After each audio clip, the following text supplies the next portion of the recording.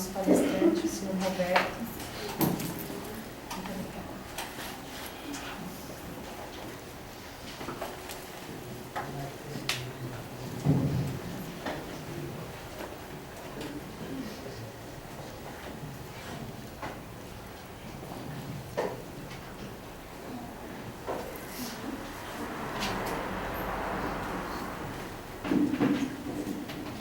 Boa noite a todos. Espero que todo mundo esteja bem, né? Quem não estiver vai ficar, quem já está vai ficar melhor ainda, né? Porque Casa Espírita não é um lugar de tristeza, é um lugar de alegria, pela oportunidade que Deus nos dá de estarmos aqui, buscando compreender melhor as leis divinas, buscando nos curar, amadurecer, para podermos evoluir. Então a Casa Espírita é um lugar realmente de muita luz, para que nós possamos levar a nossa vida à frente e progredir. Nós trouxemos para a noite de hoje uma exposição, uma reflexão sobre a família. A família, nós sabemos que é o grande pilar que nos auxilia a nos melhorar. Desde que estamos na barriguinha da mãe, até saímos de casa e depois continuamos aprendendo aquilo que o lar quer nos ensinar para podermos sermos bons cidadãos, sermos homens de bem. A família é esse pilar e nós precisamos compreender um pouco melhor as nossas responsabilidades dentro dessa casa. Então trouxemos essa reflexão. Primeiro vamos lembrar a todos que nós somos espíritos. Momentos estamos encarnados, momentos estamos desencarnados. O plano espiritual é a nossa origem e é lá que nós estamos muito mais tempo aprendendo para que possamos depois, encarnados, buscar a reflexão, buscar colocar em prática o nosso aprendizado, tirando as nossas imperfeições, nos lapidando para podermos progredir. Mas somos espíritos. Um momento estamos no plano espiritual, outro momento estamos nessa escola, que é aonde nós vivemos. Esse mundo que nós vivemos é um mundo ainda de provas e expiações. Segundo os bons amigos espirituais, já estamos tentando passar para um mundo de regeneração. Esse mundo ainda é um mundo onde o mal predomina, porque falta muitas ações no caminho do bem. Então esse aqui é uma escola, é um laboratório, onde todos nós iremos nos reeducar para o Pai, reeducar-nos para podermos progredir e chegarmos de volta ao nosso Pai bondoso, justo e bom. Então é lembrar que nós estamos num plano de provas e expiações, onde as vibrações são diferentes. Lembrar que nós somos almas quando encarnados, espíritos quando saímos desse corpo mais denso, e que somos os seres inteligentes do universo e o bem mais precioso de Deus. Nós somos o bem mais precioso que Deus colocou na Terra, que são os seres inteligentes que buscamos através das nossas reencarnações, diversas reencarnações, nos reeducar. Esse é o verdadeiro sentido da vida. Não é amontoarmos riquezas, não é amontoarmos quantidades de faculdades e não sermos homens de bem. O verdadeiro sentido da vida é a reeducação do espírito no caminho do bem, da caridade, do amor, da paciência, para com aqueles outros irmãos nos quais nós nos relacionamos. Então nós somos esse bem precioso do Pai bondoso. Na questão 361 do Livro dos Espíritos, Kardec pergunta à equipe de Jesus, aos bons amigos espirituais, de onde vem para o homem as suas qualidades morais, boas ou más?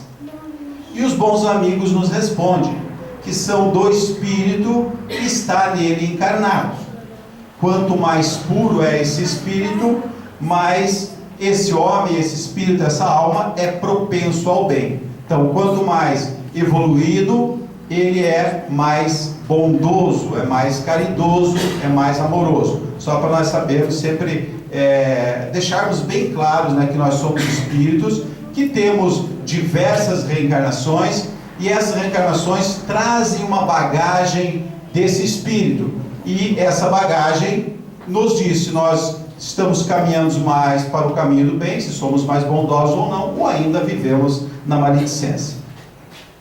Nesse livro, Momentos de Felicidade, da Joana de Ângeles, psicografia do Divaldo Franco, ela fala o seguinte, que a libertação é uma das mais importantes finalidades da reencarnação. Nós estamos aqui para nos auto-iluminar. O espírito de uma forma progressiva até atingirmos a angelitude. Uma forma progressiva, devagar, não é com muita pressa, porque com muita pressa nós não aprendemos. Esse aprendizado espiritual, ele é lento. É lento porque nós temos que assimilar muitos ensinamentos do bem, e isso não se aprende de uma hora para outra. Pode às vezes ser apenas, estamos às vezes nos enganando, achando que somos já caridosos, amorosos, e às vezes não é bem isso. Então essa caminhada progressiva, ela é lenta, para que nós possamos realmente assimilarmos essa iluminação progressiva. Ela também nos diz que é de nós mesmos que nós devemos nos libertar, de nossas inclinações negativas, do orgulho, do egoísmo e das vontades insaciáveis que nós temos. Então, não adianta nós culparmos o marido, a esposa, os filhos, o vizinho, o patrão. Não adianta. É de nós mesmos que devemos nos libertar. Das nossas inclinações que não são boas, para as coisas que não são do bem. E aí, quando nós não estamos libertos dessas coisas, isso atrapalha a nossa convivência com o esposo, com a esposa, com os filhos, com todas as pessoas nas quais nós nos relacionamos. Ela também nos diz que nós devemos criar condições favoráveis ao desenvolvimento dos valores éticos e espirituais. Precisamos refletir para adquirirmos autoconhecimento e assim aflorar os nossos valores íntimos, que nos libertará das paixões que nos leva à decadência. Para nós adquirirmos esse autoconhecimento, nós temos que realmente refletir, para que nós possamos nos entender. Porque muitas vezes nós nos achamos caridosos e na verdade nós estamos apenas engatinhando, fazendo um favorzinho para alguém, tentando auxiliar alguém, mas ainda não é a caridade verdadeira. Mas tudo começa assim. Começa nós trazendo ao centro espírita quando precisam de condições alimentícias, roupa, tudo que precisa para ser distribuído, começa assim. Às vezes nós começamos a doar aquilo que não nos serve mais. Mas é um início. Daqui a pouco nós estaremos dando aquilo que nos faz mais falta dentro de casa, e quem sabe nós estaremos então no caminho da caridade. Mas tudo é lento, tudo é assim. A gente vai despertando e buscando nos libertar dessas paixões através de nós nos conhecer. Que nós não podemos nos enganar. Às vezes tem muitas máscaras, elas precisam ser retiradas para que nós possamos então evoluir.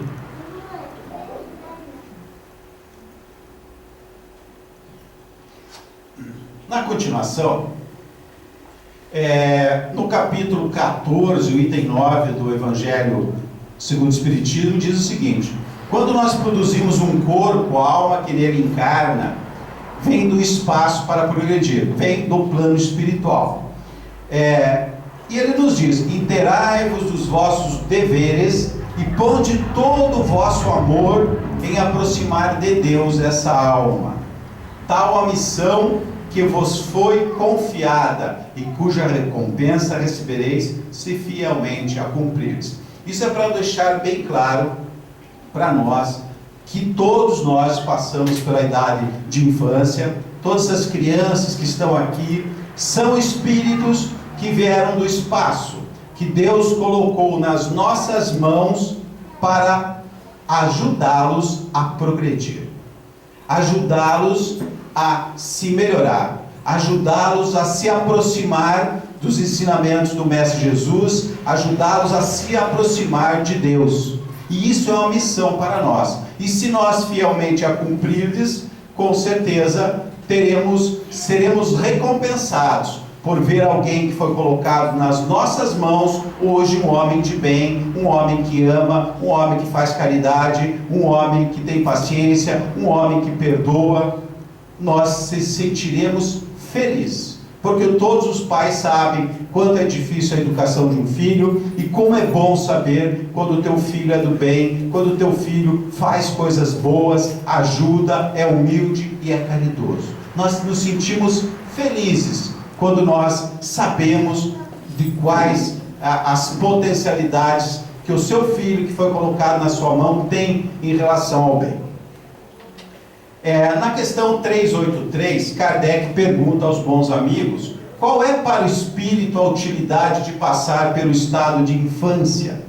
E os bons amigos nos respondem: encarnado com o objetivo de se aperfeiçoar, o espírito durante esse período é mais acessível às impressões que recebe, capazes de lhe auxiliarem o seu adiantamento.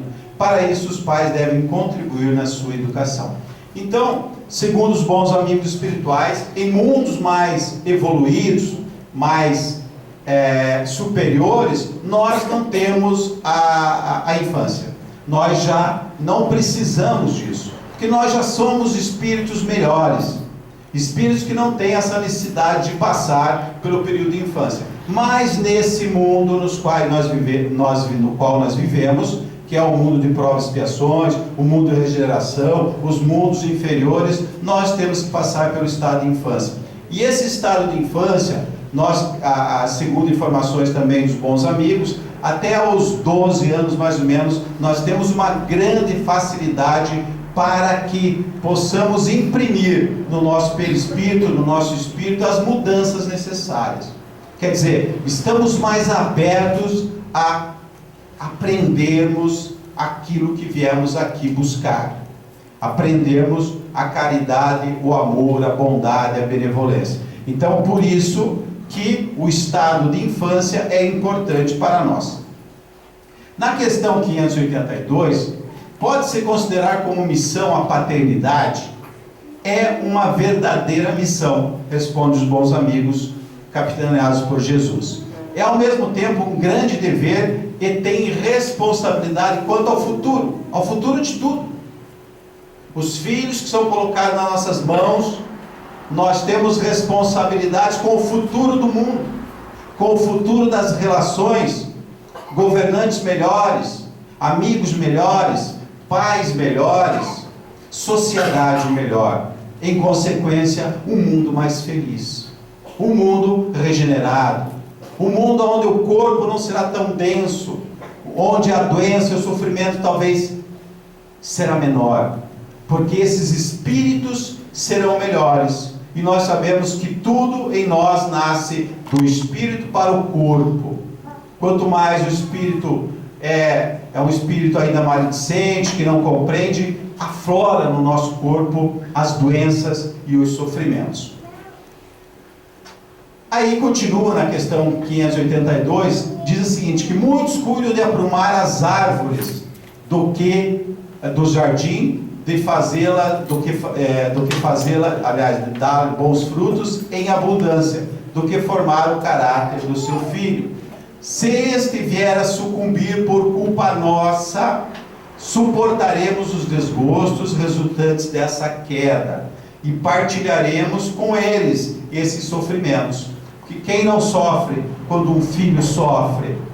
Quem não sofre se o filho possa estar no mundo das drogas, ou se alguém vem falar que o teu filho é egoísta, se é isso, é aquilo, nós sofremos. E pior ainda, se nós partirmos e saber que não cumprimos a nossa missão. Então nós temos uma grande responsabilidade de formar o caráter dos nossos filhos. Na questão 208, Kardec pergunta: os espíritos dos pais não exercem influência sobre o filho depois do nascimento? Uma influência muito grande. Os espíritos devem concorrer para o progresso um dos outros. Todos nós aqui devemos concorrer para o progresso de todos. Cada irmão que está sentado um do lado do outro, eu que estou aqui, todos nós temos a missão de ajudar a todos nós progredir. Todos, não é só dentro da família, mas fora também. E para os pais é uma tarefa muito grande. Se nós falharmos, seremos culpados, com certeza, porque não conseguimos formar o caráter do nosso filho. Na questão 209, pergunta o seguinte: por que é que de pais bons e virtuosos nascem filhos de natureza perversa? Por que é que de boas qualidades dos pais nem sempre atraem por simpatia espíritos bons para animar esses corpos desses filhos?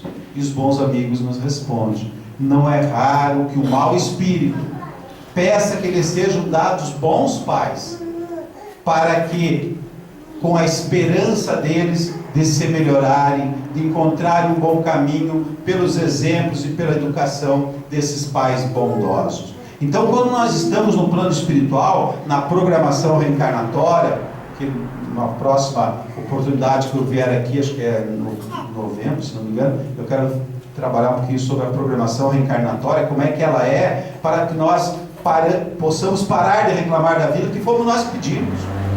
Nós pedimos a vida assim, como nós somos, com essas dificuldades, para nós entendermos o que é a programação reencarnatória. E nós temos aqui para cumprir as nossas missões, né? Então, quando nós nos programamos, nós pedimos para vir em famílias boas, aquelas que têm bom caráter, aqueles que trabalham com a bondade, com a caridade, para que nós possamos aprender. Porque nós sabemos que é nessas lições que nós aprendemos, com os outros muitas vezes, na maioria das vezes. Então nós pedimos para vir nessas famílias. Então esses espíritos às vezes mais difíceis, eles pedem para vir nessas famílias para aprender. Nesse livro aqui, Constelação Familiar, eu aconselho quem sou eu para aconselhar, mas é um bom livro para se ler, porque fala muito sobre a família. Joana diz o seguinte, que a família é o alicerce sobre o qual a sociedade se edifica. Não tenho dúvida que a família é o alicerce sobre o qual a sociedade se edifica. Quer dizer, todos os cidadãos, eles aprenderam alguma coisa dentro do lar e eles levam para fora aquilo que eles aprenderam dentro de casa. Então, se nós aprendermos coisas boas, nós levaremos para lá coisas boas. Seremos homens de bens para a nossa sociedade. É o primeiro educandário do espírito. Ali são aprimoradas as faculdades do ser, que desatam os recursos que dormem latente. Nós não fomos criados espíritos maldosos. Nós aprendemos na medida em que nós vamos e voltamos, tentamos praticar o bem e não conseguimos. Somos orgulhosos, egoístas, não dividimos, somos impacientes, não somos caridosos, e nós vamos criando uma capa, e nós precisamos desatar esses nós que estão adormecidos nesse espírito que é bondoso e que vai ser um anjo um dia para chegar na casa do Pai no seu retorno. Aqui nós já trabalhamos uma palestra, a gente só está mostrando que vários espíritos, por vários médiuns, dizem as mesmas coisas. E o Espiritismo é uma doutrina única. Ela tem é uma coisa que se fala nessa casa, vai se falar em todas as outras casas, porque ela é única. Então a gente mostra que de diversos médiuns fala-se a mesma coisa. Aqui o Chico fala, no Jesus no Lar, que o lar é a escola das almas. O lar é o cadinho santo ou forno preparador desse espírito que precisa se melhorar. Que o que parece aflição dentro do lar é recurso espiritual que Deus nos coloca e que nós pedimos para nos melhorar. Recurso espiritual. Não é situação, que minha vida. É recurso para que nós possamos aprender. O lar é um curso ligeiro para a grande fraternidade da sociedade, de outros mundos, da angelitude. Sofrimentos e conflitos naturais em seu círculo são lições para cada um de nós. E nós, aqui só para a gente entender um pouquinho os laços corporais e laços espirituais. Os laços corporais, eles geralmente são mais fracos que os laços espirituais. Porque esses laços de sangue, com o tempo eles extinguem. Hoje eu vim filho dessa minha mãe que me colocou no mundo. Amanhã, quem sabe eu não esteja nessa família consanguínea.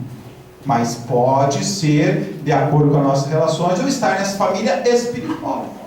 Então os laços corporais, eles são mais fracos, mais frágeis, que às vezes só suportam quando nós estamos aqui encarnados. Quando nós voltamos para o plano espiritual, eles se abrem, se desatam. Nós temos nesses laços corporais espíritos estranhos que às vezes nós nunca vimos e vieram encarnar na nossa família. Às vezes nós temos simpatias anteriores, espíritos que foram simpáticos a nós e nós a eles, e viemos encarnando juntos. E também com antipatias, né? Aquele, eu lembro de uma história que a mulher disse que cuidou do marido até ele falecer, e ela disse assim: eu aturei meu marido, vai voltar, não pode aturar nessa dor, tem que amar, né? Temos que amar as pessoas que estão do nosso lado. E os laços espirituais, eles se unem pela simpatia de ideias, de ideais, de convergência do amor e da caridade. São laços mais fortes e que se perpetuam. Quantos de nós já tivemos no plano espiritual e pedimos para vir com alguém nessa família, porque lá nós estudamos, aprendemos e pedimos para vir junto, para continuarmos essa jornada redentora na casa do Pai? Antes, durante e depois das encarnações, nós estaremos mais unidos, sempre pelos laços espirituais. Então, os laços de sangue não criam forçosamente esses liames, essas uniões, porque às vezes pode espíritos, de repente, cada um criar um rumo, um caminho e não estarem juntos numa próxima encarnação. Formam família os espíritos pelos mesmos ideais, identidade do progresso moral e afeição, e induzem a reunir-se, porque todos nós trabalhamos por todos. Todos nós. Nós temos um exemplo de Bezerra de Menezes, por exemplo, o espírito abnegado, médico dos pobres. Até hoje ele está trabalhando na crosta terrestre. Ele poderia já estar em outros mundos, está aqui, é um grande abnegado, porque ele quer trabalhar por todos nós, porque ele quer que todos nós possamos ser homens de bem.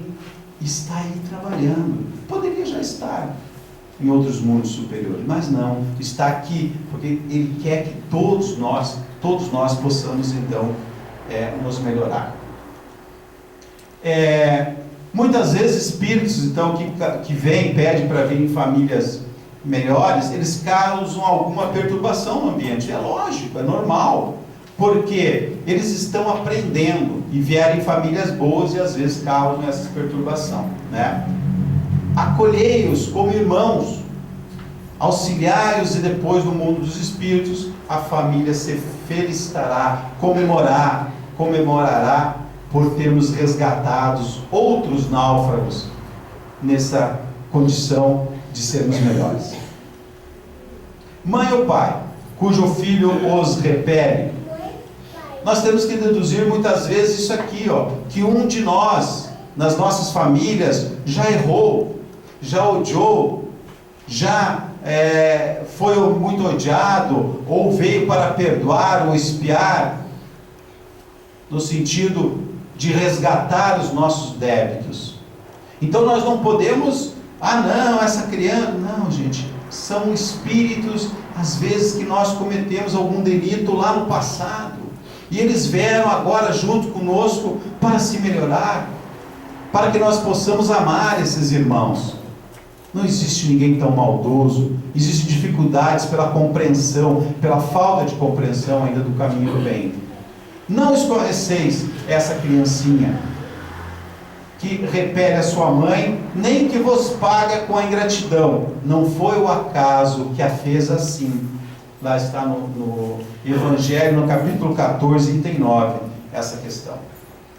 Mãe ou pai cujo filho os repele, nós precisamos amá-los, perdoar, dividir, ensiná-los a dividir, a respeitar, a ser bondoso, humilde, caridoso, a não ser materialista, a não ser orgulhoso, egoísta, se aperfeiçoar dentro da lei do Pai maior. Porque os filhos, hoje nós não podemos mais dizer assim, faça o que eu digo. Os filhos fazem o que nós fazemos. Nós somos os espelhos deles. Aquela história, faça o que eu digo e não faça o que eu faço, já foi há muito tempo, na verdade, nunca foi. Mas nós ainda pelas culturas arcaicas nós dizemos isso. Então nós precisamos ensinar esses filhos a serem melhores, a serem bons espíritos.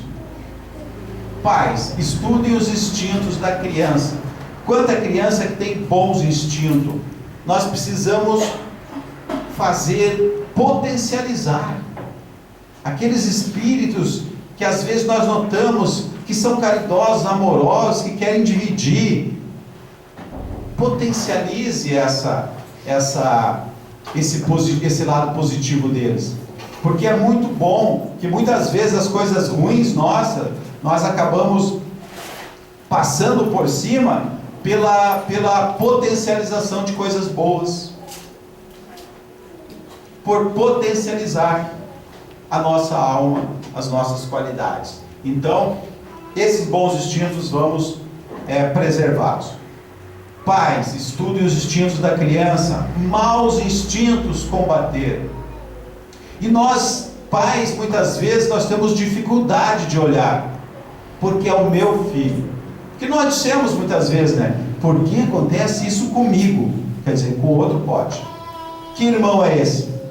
O meu filho na escola, nas relações com os amigos, como ele é? Observar essas tendências. Se em casa ele não divide um doce, um suco, uma comida, lá fora ele não vai dividir também. E às vezes eu tapo isso com... Não, imagine, lá na frente ele vai se melhorar. Não vai. É muito mais dificultoso. Nós temos, por isso que fala do estado de infância, é mais fácil para ele ser acessível às mudanças. Então temos que observar. E também sermos os espelhos. Se eu peço para o meu filho perdoar, daí eu brigo com a minha mulher, não perdoo, brigo com o meu irmão, não perdoo, brigo com não sei quem, não perdoo. Você acha que ele vai perdoar um dia? Estamos enganados. Ele também não vai perdoar, porque não foi o ensinamento que ele obteve em casa. Aquele pai que vai no supermercado com o filho e alguém se engana no troco, que seja 10 centavos, ele também, quem sabe amanhã, estará enganando as pessoas em milhões, porque não aprendeu a educação dentro do lar, que é o mais importante. Então, os maus instintos, gente, nós temos que combater. E nós temos que observar em nossos filhos. E não tapar os nossos olhos. Porque é isso que faz com que nós possamos não corrigir os defeitos, as dificuldades que os nossos filhos têm. Porque aqui foi dito em várias situações que eles vêm assim para nós educá-los, reeducá-los. Então, olhar muito os instintos. E Jesus nos fala sobre o culto cristão no lar, que também nós tivemos a oportunidade de falar. Que bom, se nós, além da educação de caridade e de amor que nós damos para os nossos filhos, qual uma outra forma de proteger o nosso lar? Fazendo o evangelho que foi falado aqui.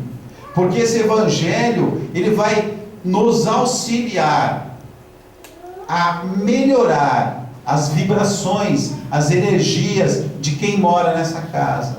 A autoiluminação, através dos bons espíritos que vão estar do nosso lado, a nos aconselhar, a nos intuir, a dividir a sua luz, através do culto, porque o culto cristão do lar chama bons espíritos para me auxiliar na educação, no trabalho, para que nós possamos então evoluir através da energia do Mestre. Então, o culto no lar é uma das grandes ferramentas, além da educação, que eu preciso trabalhar. E o Evangelho no lar, além de proteger a individualidade do espírito, André Luiz nos fala que ele protege também as nossas casas.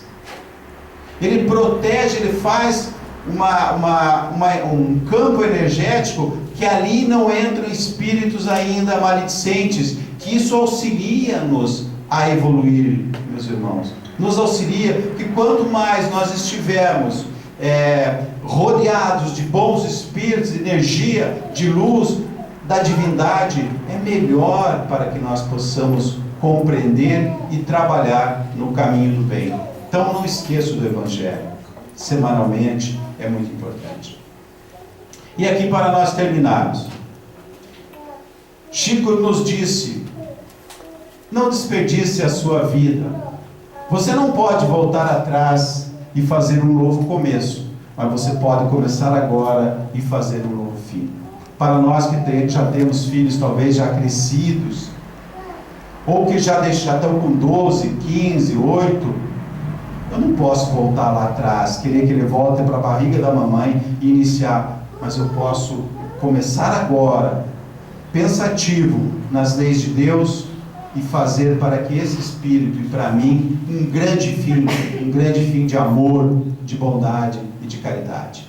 Que todos tenham uma ótima semana. Vamos reflexionar sobre a família, sobre esses espíritos que estão nas nossas mãos para aprender a lei do Pai, a lei do Mestre Jesus. Uma boa noite a todos e uma semana iluminada a cada irmão.